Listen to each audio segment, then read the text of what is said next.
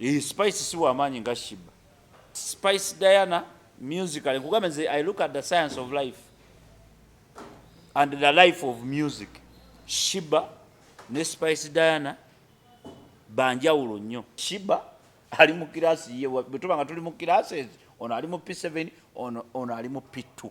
Spice Diana wa kibuli nnyo. Era tumulabye nga naye ajja atambula. Oli ku YouTube channel Agaliwo tuula kalira emboozi egw'amakerenda. Lwaki temusasula ssente zaffe okubala abantu twazza musango?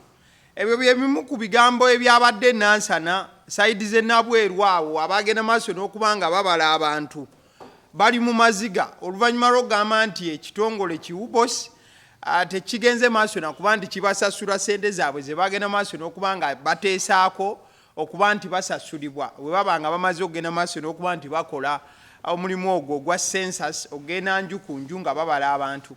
Amukadde ke kamu bano beemulugunya n'okwemulugunya nti oluvannyuma lw'okuba nti ekitongole kyayongerayo ennaku 5 eziri extra okubala abo abataabalibwa bagamba nti akasente kaazo kalabika nti tekabaliriribwa ku sayidi yaabwe nti oba baali bakuzikola nga tebasasulwa mu buufu obumu oba obulala asayidi eyo.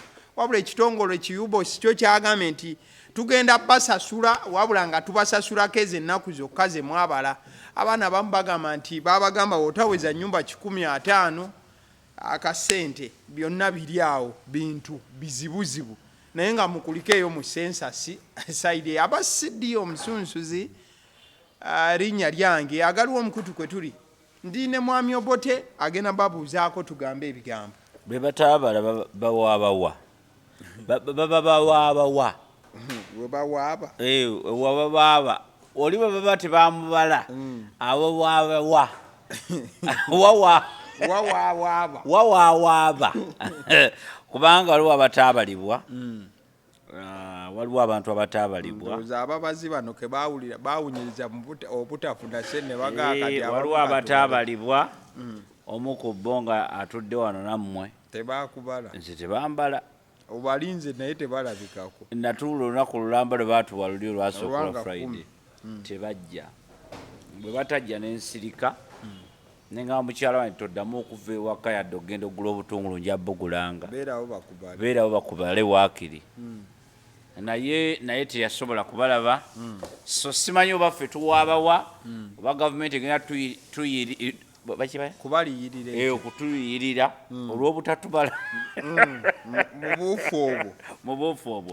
Bwe tuwangeyo nno tuvuddeyo mukwano gwange wiiki eno oba amakkati ga wiiki eno gagenze maaso n'okuba nti gakolera omuliro abantu babiri Swaga mama ne maama Birungo bonna babiri nga bagenda maaso n'okuba nti bubeefuka. That is Spice Diana ajarwa namukwaya Diana wamu ne mwana mwala Sheebah Karungi.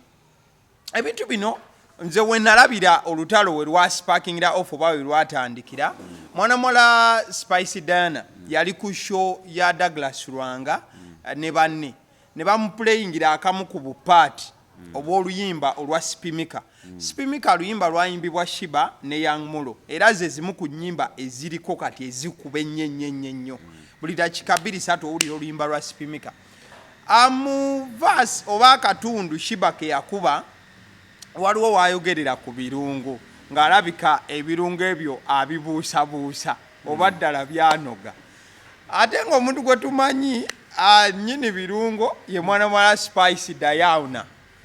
So Spice Diana bamukubira akatundu ako olwava ku show yagenderawo n'ayingira studio gye yakubidde akayimba akamanyiddwa nga Twocha. Mu kayimba ako akatwocha we yayogeredde ku fake swagger, fake mama, fake feminist byonna of which title tuzimanyi zonna title za Sheebah Karungi swagger mama feminist oli nno ali ku extreme era akyenyumirizaamu mu buufu obwo. So olutalo lwatandise mu mpola ate lugenda lukula. We tugambira nti olutalo lukula Spice Diana kati yavuddeyo tebikyali nti bayimbira mu ngero yagambye nabakubye Twocha ate n'olwo oluyimba lwammwe lwe mwewandiisa olwa Spimika nyinza obbafulumiza essaawa yonna akayimba nga kayitibwa nti Opimika Spice agamba nti asobola okupima Sheebah ne Sekupima Yenna mu bipimo ebyenjawulo nga bwabibawa tutandikira awo nja kuba nkwongera show nga weyongera kubanga unfolding of course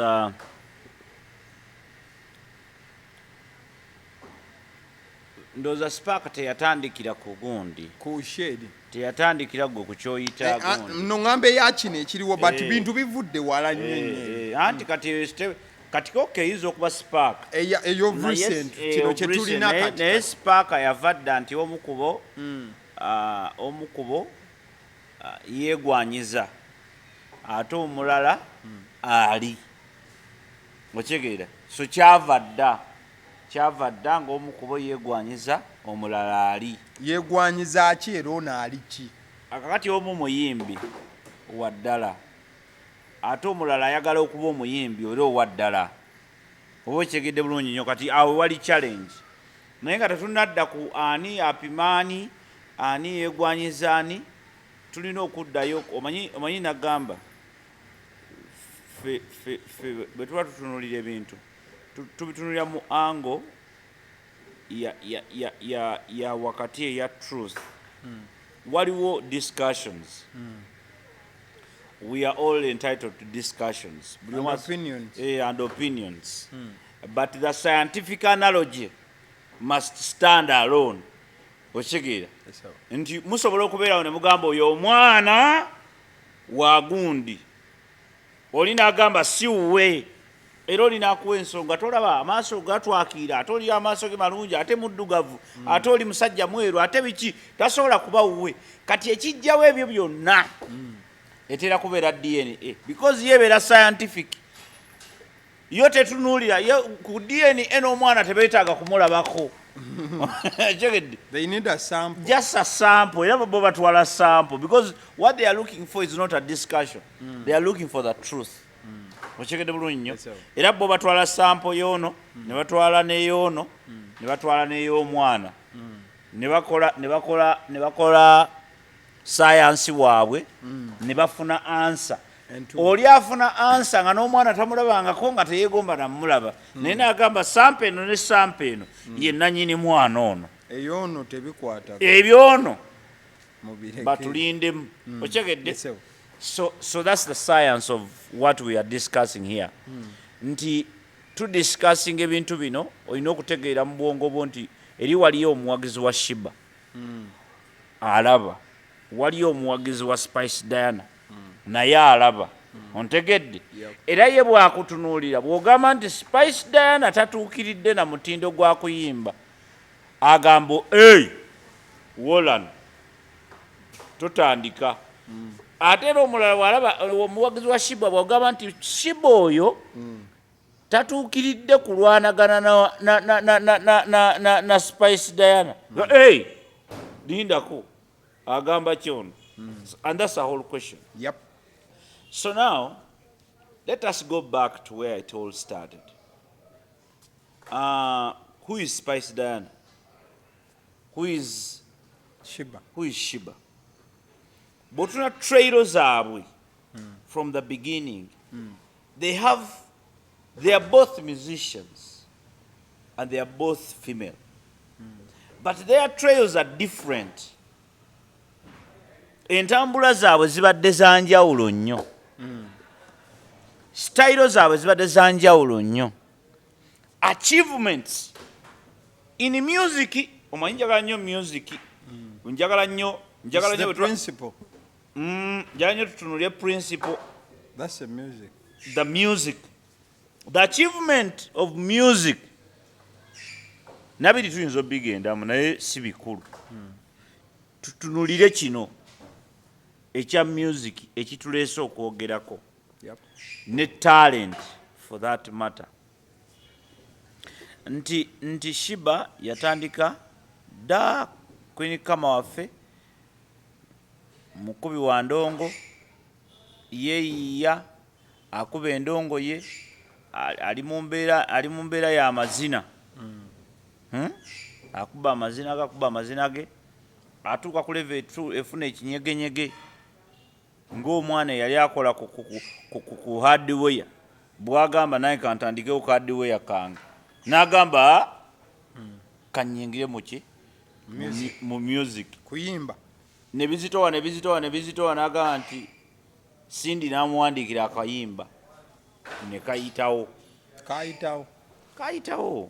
okay kali blessing okay omanyi okuyitawo is not nkugambe kyovola twogera ku trail we are not talking about one song yep oyinza n'okulaba omuntu gwe gw'osinga okutendereza n'akunyumiza story ye nga omuntu eyamuwa trail enamu nga gwe tomumanyi ne mu industry taliimu okyegedde so tuba twogera ku trail twogera ku ebyo byonna afunye akayimba akakozesezza bulungi agasseeko obulala afunye management Mike ebyo byonna ebintu bye twogerako bye bikola Sheebah bye bikola omuyimbi as opposed this side era naye atambula avudde gy'avudde akubye ennyimba ze ayingidde mu mbeera yakuba nti mukyala wa kibulibuli Spice Dana wa kibuli nnyo era tumulabye nga naye ajja atambula naye ng'abantu bano bonna bali mu makubo ga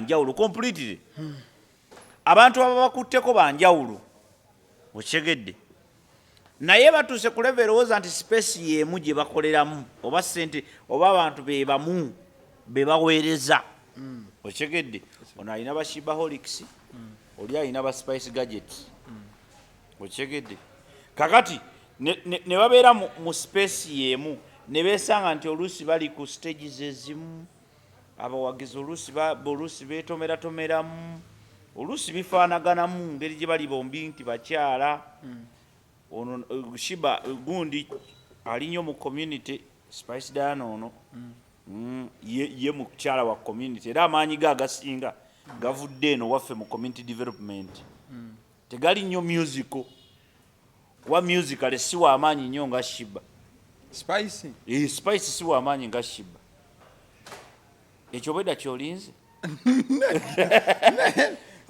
Spice Diana musical nkugambe nze I look at the science of life and the life of music Sheebah ne Spice Diana banjawulo nnyo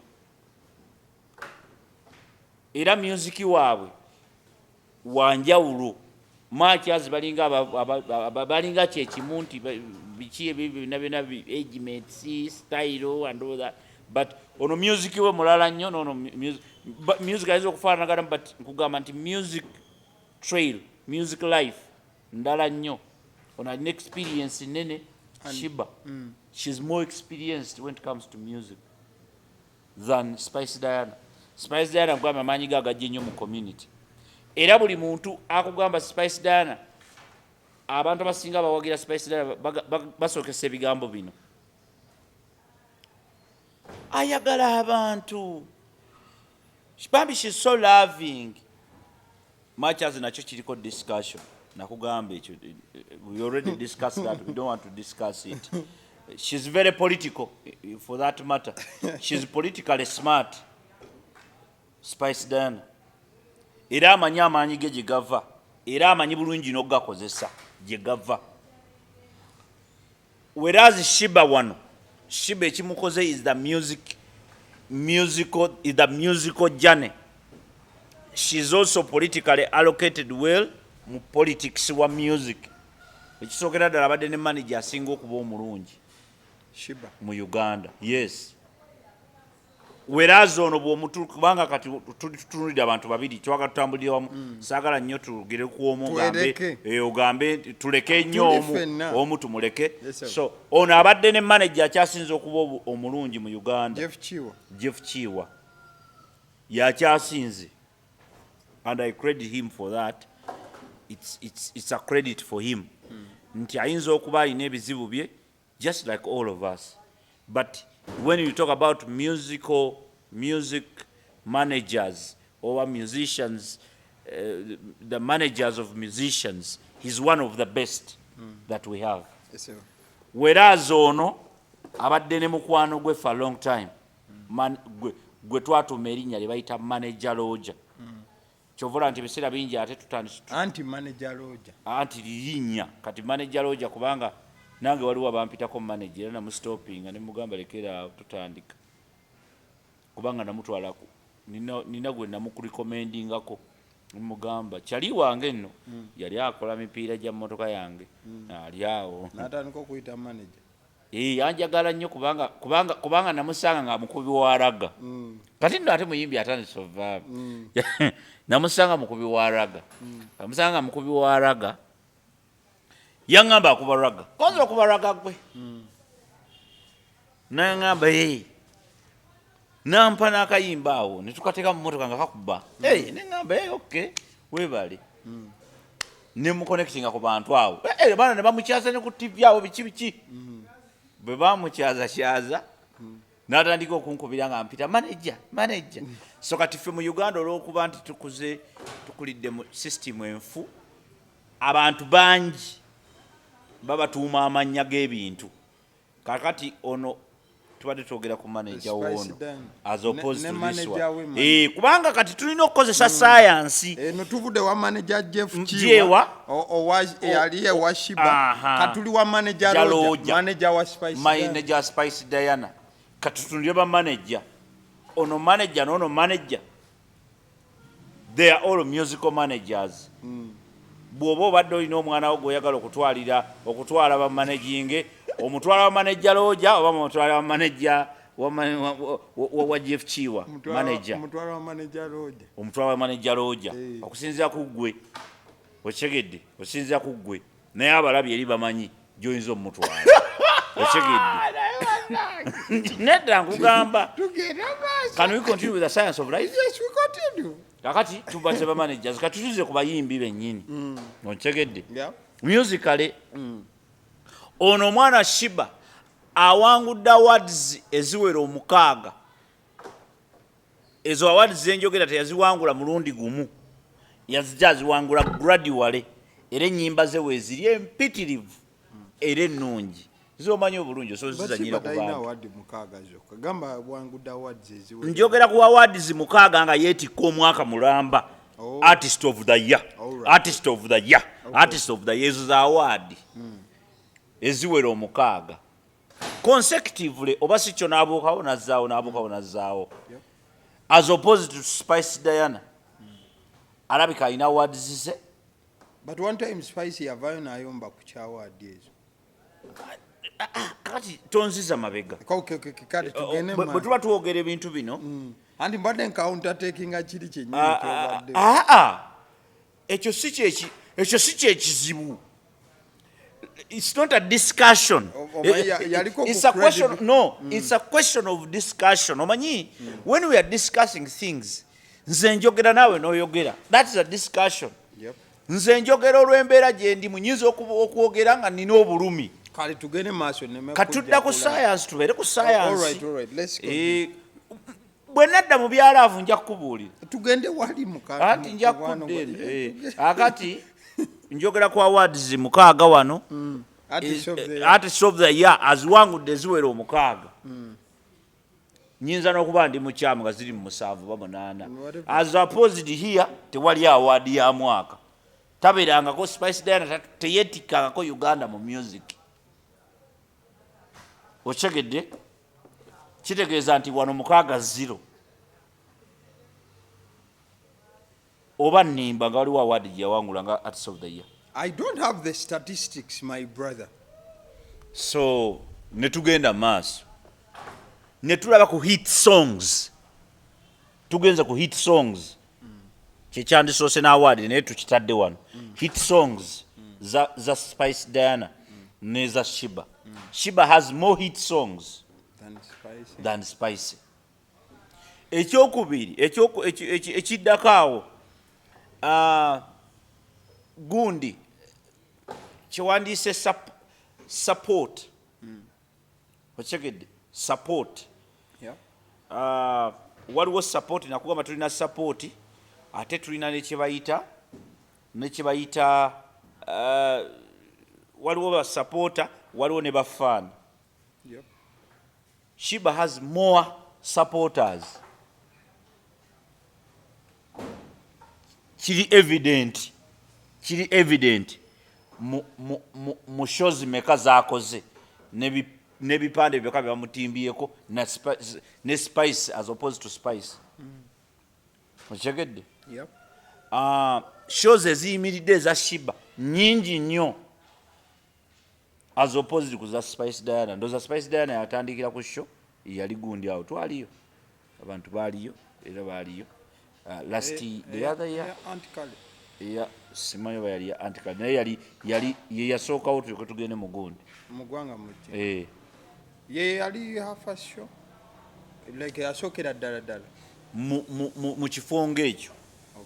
Mu kifo ng'ekyo ontegedde bulungi nnyo as opposed to Sheebah abikoze ontegedde musically tukyayogera ku music tetwogera ku bintu birala byonna tukyali ku music so kiba kya bulyaza amaanyi era kiba kya omuntu aba just kyanoonya minoko kibayita eminoko oba okimanyi oli just aba akunoonyako minoko okeera ku makya n'akwata Spice Diana n'amupima ne Sheebah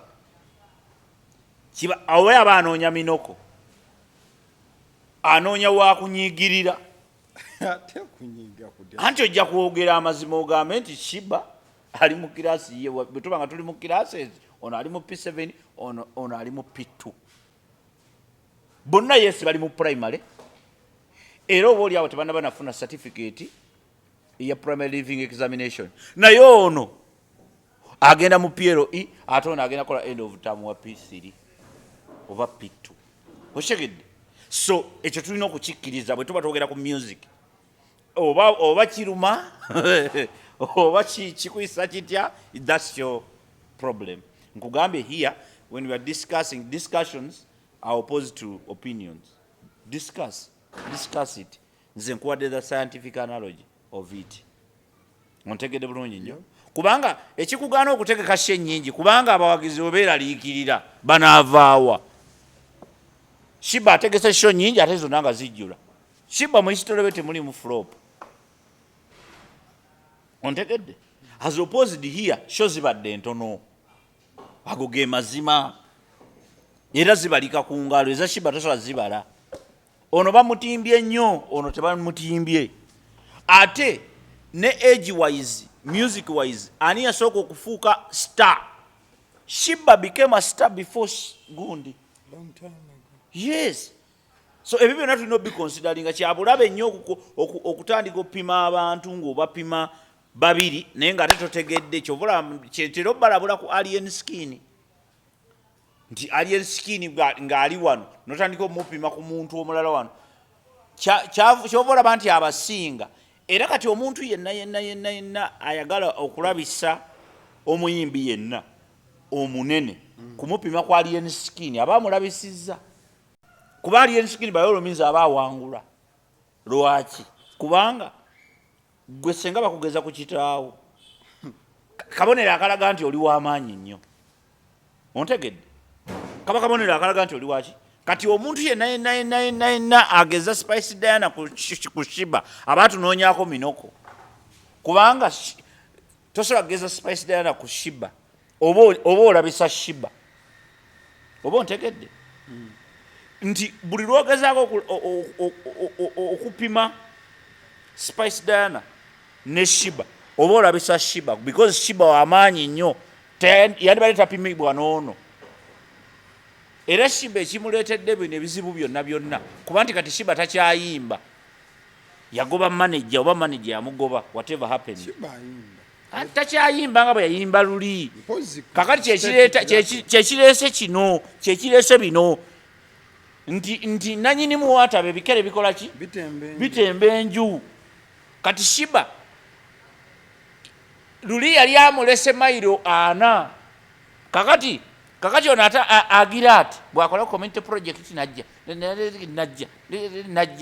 bano ne bekyanga bashibaholics tebakyalina kye batunda luli baali batunda nnyimba kakati batunda face batunda biki ate sibayinza okuba ali lubuto bakati talina bye balimu ochegedde yet before it was music was there kati kitawaanya abannayuganda baffe olwokuba nti tetukuuma nnyo trails zaffe buli kipya tulowooza kyekisinga kati because mu nkola entuufu tosobola kugeza bano babiri tebafaanagana tebali ku level yemu oli w'amaanyi nnyo ono akyali oba oli sisobola muyita munafu akyali ayinza okubajja tuyinza okuba tukyali awo yagambye agenda kuba oluyimba opimika luyinza okuba okuyitawo olwo oli hiti zaalina sisobola nazibala yazatuvuze ng'atuvuga sipiidi tosobola zibala okyegedde amaanyi ayina mangi performance ennungi okuyimba kulungi ayinza okuba nga tatuukana na mutindo guli gwe mwali mwagala guli kubanga kati ensobi gye mwakola era gye twasooka okukola kukupima Sheebah era nabagamba Sheebah ne Sindi okyegedde eyo yali nsobi era walaba we yateeka Sheebah kati Sheebah lwakuba bamuteekaawo kati buli gundi ejje emulumba erowooza nti wa bulijjo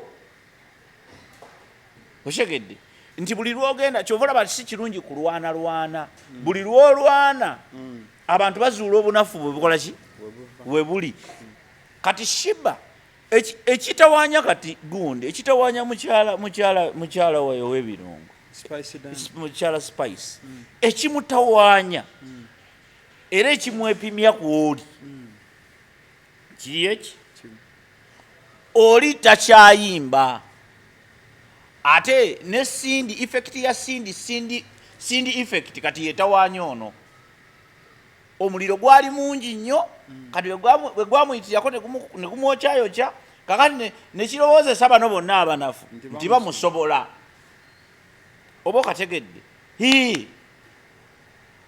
nabadde ndi awo nalabyeko bashibaholics retaliation of a sort yageze maaso olw'okubanga bashibaholics bakoze press release kengenda okuyitiramu bagambye dear your highness Sheebah Karungi with the shibaholics appeal to you and the queendom to sever all ties with source management's upcoming artist Birungo as your devoted fans we will respect any decision you make.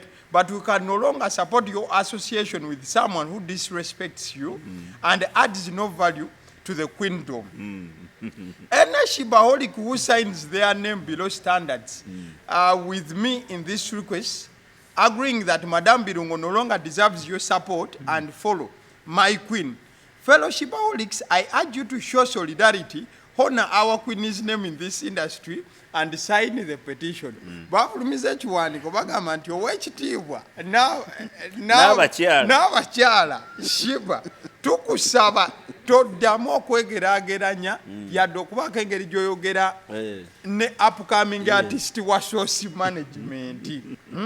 Ffe ng'abawagizi bo tukusaba erinnya lyo togeza n'olisembereza upcoming oyo kuba talina kyakugattako ate akutyoboola. So ne basaba ba shibaholics bonna tebagezaako kwetantala okweyingiza mu kintu kyonna ekiri era mbawa amagezi ba shibaholics mwenna temugezaako okuyingira mu lutalo luno olw'ensonga lugendereddwamu kunuubula muki mukama wammwe lumutwale nga olwedde alina ebiwundu byani bya Sindaleera kubanga Sindaleera gwe otegerera nti Sheebah yali w'amaanyi yakomyawo Sindaleera mu geemu nnyo ate bubi nnyo nti kyempologoma nti empologoma bwesirika bweti ekulowooza ntetegeera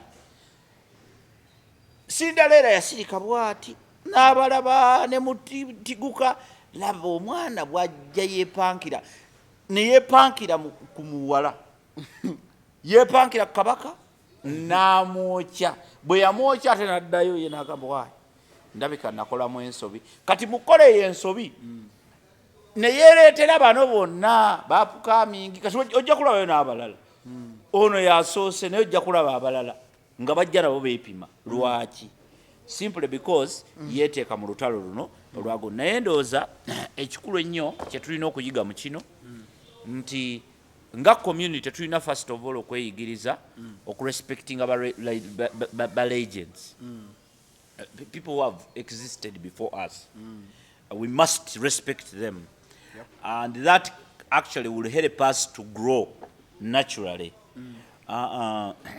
kyabulabe nnyo omuntu eyabeerako omuwagizi okutandika okubeera ate enemiwo yandibadde akwebuuzaako bwebuuza. Let us keep that oneness, that togetherness. Nze nandirabye nga kintu kya makulu nnyo okutandika okuteekawo buno bu tantrums, those throwing simple tantrums. Nze nandoozeza nti Sheebah yandibadde resource nnene nnyo eri Spice Diana, kubanga Sheebah byonna abikoze. Even when you are talking about lifestyle, she has reached where she's supposed to go. Oshegedde ayinza okuba nga katakyashininga nnyo naye ng'ate akikoze. Oshegedde so ono yandibadde oli amugasa nnyo kubanga ate noono saakosa bigambo bivoola, but Spice takyalina nnyo kyayongera ku kaliya ye. Amaanyi ge gandibadde mangi nnyo senga akwatagana ne Sheebah. Ontegedde that is logical and very scientific. Nti takyalina gy'alaga w'amaanyi because music we si mungi nnyo.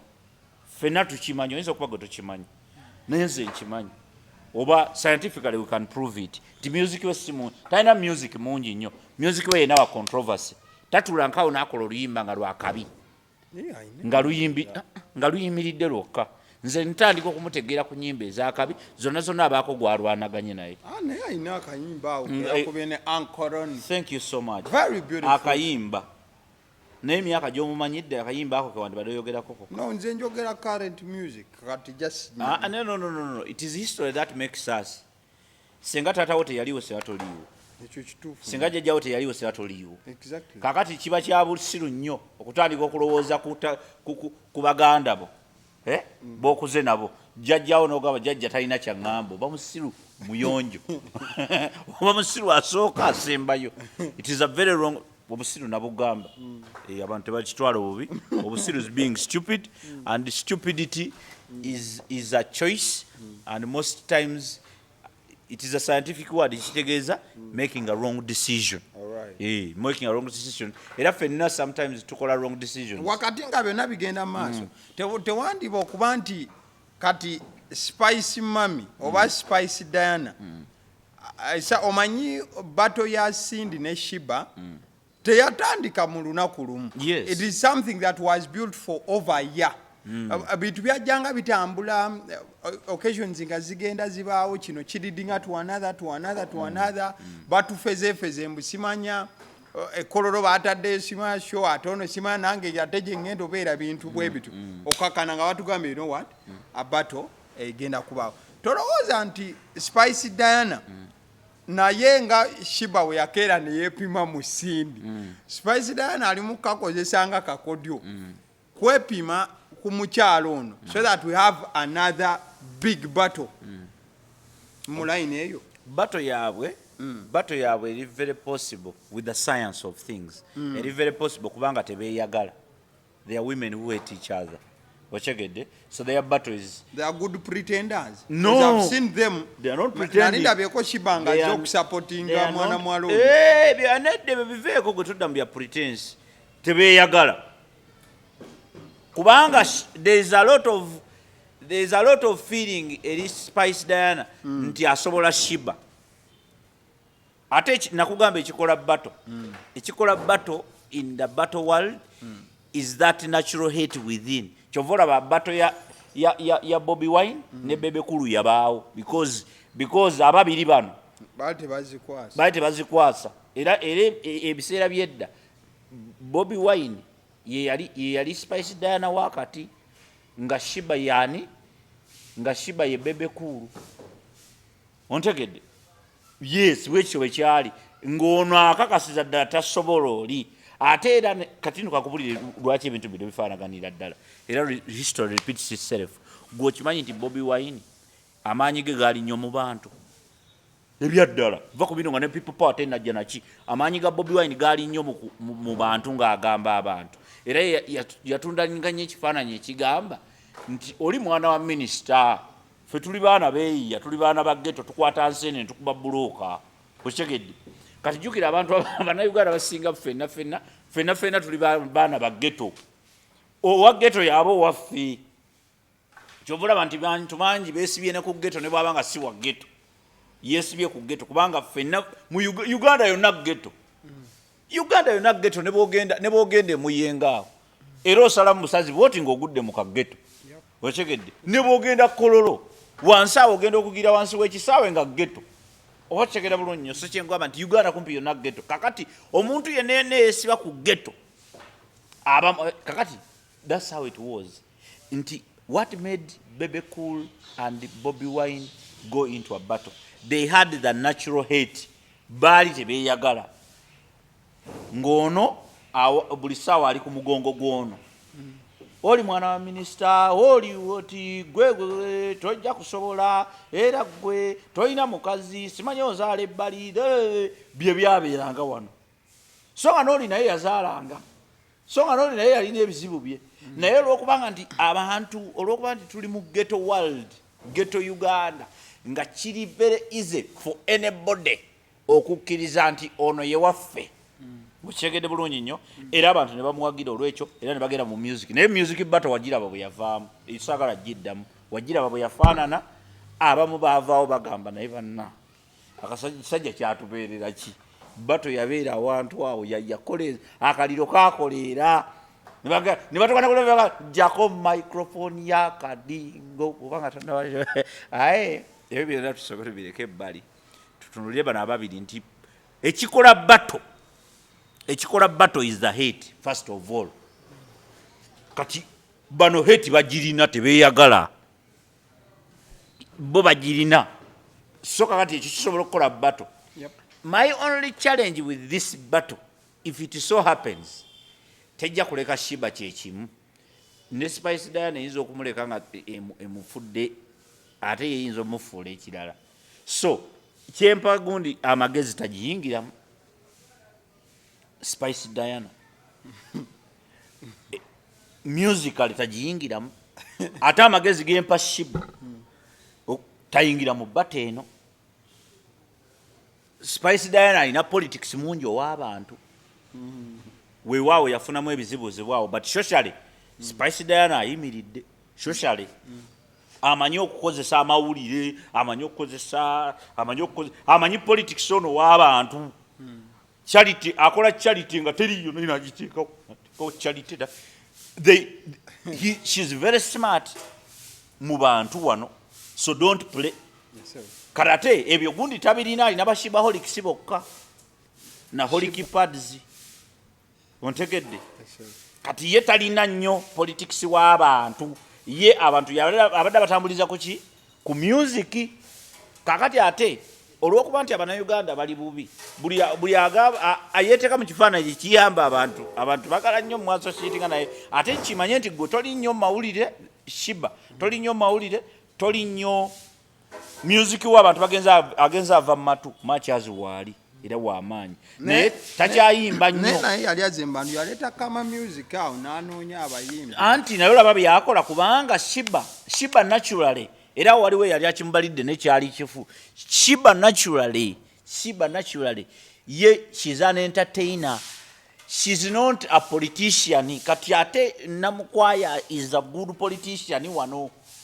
Era ye buli wiki abaako ekifaananyi kyakubanga asitudde akaana kalina eminyira ng'akozeyo ekintu ye amanyi okuzannyisa abantu n'amaaso gaabwe okulowooza nti ali bize alina kyakola okusapootinga wiki music. Kakati ate ye oli alina good music naye ate kati engeri gy'abadde amaze emyaka kati egi nga tali ku rada waliwo awo akakodyo nti rada eyo nga togiriiko abantu beerabira mangu music kati bawuliriza nkudi Muchegedde onogenda okugamba nti nze nayimba gundi nga tebakyabiwulira nze nayimba nga tebakyabiwulira onogenda okudda bw'otyo ogambe nti waddira mu game ono aba amulese. Kakati mpa Sheebah amagezi don't go in for a battle ono mwana ajja kukusaamulizako ebisooto ate nga takusobola. Kakati ate naawe gundi Spice Diana musically togenda mu battle eno ojja kuswalira ekkololo awo Sheebah akube music yaggweyo otandika okugamba abantu nti bannange mbadde nsaba kugenda nze ndi busy nina community project zange zingenda okukolako okyegedde. So both of them at risk they are at risk if they dare to go in for battle. Oluzo ekikola battle bakirina tebeeyagala. Nakugamba ekita Bebe Cool ne Chameleone tebasobola kukola battle ne bwe kiri baki. Era bwe libeerawo balikola because just musical show Bebe Cool ne Chameleone. Kubanga Chameleone has a very soft spot for Bebe Cool. Bebe Cool has a very soft spot for Chameleone. Era ne bebe nyigira batya gwe balinde bulinze ennaku ezi. Bajja kuba bakimaze. Ontegedde. They don't hate each other. They love each other. Show ya Chameleone ebeerako tebo ya Bebe Cool. Bebe Cool buli show. Ne bwaba alina watudde butuusi tegaba nti kategese wano kwabanibba. Era wabaawo katebo ka silent majority. Bwekigedde. By the way, Jonathan Zegundi, Cleverson. N'omukulu. Bampadde n'enkofiira. Bagamba emirimu gyose bagiraba. Era baasanyuse nnyo. Balaba gijjo taata. Balaba emirimu gyo ng'onnyonnyola buli obukimu bwa. Era bagamba nti naawe oba oyagalayo enkofiira okolenga sho ng'ogyambadde bweri terina buzibu. So as you wind up. As I wind up, I want to tell Ugandans, especially the music lovers, musupportinge abayimbi bammwe mu bulungi. Temubakozesa nsobi. Bafaani ate nammwe abayimbi mutegeere bafaani bammwe ne basupporta bammwe. Kochegedde. Ekitawaanya abayimbi abasinga balemererwa okutegeera bafaani baabwe ne basupporta. Bafaani bo tebafaayo. Bato tugende Sheebah holikyo jasobola. Abo be bafaani. Naye supporta ajja kugamba Sheebah. Engeri gy'obadde toyimba emyaka gino ebiri nga toyimba nnyo. Akakazi kaleke. Ate tobadde nnyo mu bantu. Ate ko kalina project e Kalwerwe, ewa Mukono, wawa. Soko kaleke. Oye supporta. Fani yagamba. Sabula. Ontegedde. Ye tafaayo. Kubanga ye jjukira fani. Fani ye maaso ge tosobola kubeera luuza. Ontegedde. Ne bw'oluuzinga. Asigala agamba gw'osinga. Kyaleka ebyuma bye bikutawaanyiza naye gw'osinga. Ontegedde. Bye babeeramu. Ontegedde. Naye ate supporta yabala. Calculatively n'agamba Sheebah much as nkwesiga. Kino tokiyingiramu. Same applies. Nagamba nze ndi supporter w'abayimbi bonna. I support the music because I know the impact of music in my society. Ontegedde bulungi nnyo. So I know that. I support you, Spice Diana. I support you, Sheebah. I am not your fans. Siri fani wammwe. Siri fani wammwe. Nze bwe ndaba ekirungi nkyogerako, bwe ndaba ekirungi nakyo nkikola ki? Nkyogerako. As simple as that. Abawagizi mwongere okuwagira music we Uganda. Kinsanyusa nnyo okuwulira nti nno zino vibes ezongera music okula. Muve mu kuwuliriza music ow'abazungu ow'aba Nigeria owaki muwulirize music w'aba Uganda bammwe as they improve, as new artists come in, support them. Bwe bakola ebivulu mugende eyo mubawagire. Sente muleko zinywamu omwenge gw'abazungu. N'olema ogenda mu show ya mitwalo 2. Tiketi ya mitwalo 2. N'ogenda n'ogulagira enfediki ecupa ya mitwalo 28. Okyegedde ya muzungu mu Canada Alieri yeeyagala gwe wano artist wo mukozeki omulesi. So kiki ngamba nti bwe bategeka ebivulu nga bino kati nga nkudi yejja. Nkudi mugende mugirabe mulabe music munyumirwe enjoy then mwejjeko stress. Bino stress mukuleeta ebireeta ebizibu bye tulaba kati mu Uganda. Abantu babeera stressed ne baavuwala nnyo bwe bamala okwavula. Remember bwe babeera stressed tolowooza straight. So ne baavuwala nnyo bwe baavuwala ne babalimba nti government ye baavuwazizza ne bamaliza nga yambadde ebigoye ebitakwatagana ne bamaliza nga bagenze mu makomera. Tusiibule. Kale mbadde ne Mwami Obote ng'agenda maaso n'okuba nti ensonga. Abamu wali omusajja yakyozze emmotoka wamulabye? Namulabye. That will be a topic for another day. Atubadde ne Mwami Obote. Tuwadde ne Mwami Obote ng'agenda maaso okuba nti ensonga azigaayamuko nga bugenze maaso okuba nti oziwulira. Abasiddi omusunsuzi linnya lyange agaliwo omukutu guno kwe tubeera ne tugenda maaso okuba nti tutembeta ensonga. Njagala okutegeeza kusula moto zeno esangibwa Makindye ayisa kalenda olusalamu emanga opposite ne leka nange nangemu opposite ne Africa Oil bagamba nti buli kintu kyonna ekikwatagana n'emmotoka bagenda maaso okuba nti bakikolerako. Osobola okuleeta emmotoka notopinga up ne bakuwa endala, osobola okujja n'ogula empya, osobola okujja n'ogula, mbeera yakuteesa ate nga akasente si kangi. Sula Motors be basajja abayingiza wano emmotoka empya ate nammwe abavuzeeko ezammwe ze muvuze osobola gitwalayo wali bakuwa n'obukodyo bonna bonna obwobutabbibwa. Obutabbibwa mmotoka. Omanyi abantu bangi babbiddwa ne bamugamba okukyusa emmotoka eno gize emmanyago ekyo kinene kyetaaga wiikisi 3 weetaaga miliyoni 2 ne bamubba. Naye wali bw'otuuka wali bakugu ate mu kasente katono nnyo. Omanyi consultancy kintu kikulu nnyo, kasente katono nnyo then ekirala abavuzi b'emmotoka muyiga okuvuga emmotoka eyo nayo program yaffe project yaffe it is coming back kwagaliwo muyiga okuvuga ebidduka atambuza ebigere yiga okuvuga okutambuza ebigere. Omanyi abantu abamu tebamanyi natambuza bigere okitegedde oli atambuza bigere tamanyi nabitambuza atambula nagalaale ojja banyonyola mu sheye y'emmotoka basonyiwe. Njagala okutegeeza ku urban bar enesangibwa Namuŋona tuuka ku Orthodox waliwo small gate ya Orthodox then opposite we wali urban bar Friday eno sirwe kiggwa Friday eno yeno Friday sembayo mwezi wabeerawo ekibira mukwano gwange ekibira mubaamu obukima mubaamu obusolosolo obulala era ennaku z'omwezi ziri 24. WhatsApp yo lwaki ogisiba n'ekinkumu gulawo eyiyo lwaki ngamba kati what are you hiding? I show you also have no my friend no Rukia yabadde ku camera. Thank you so much.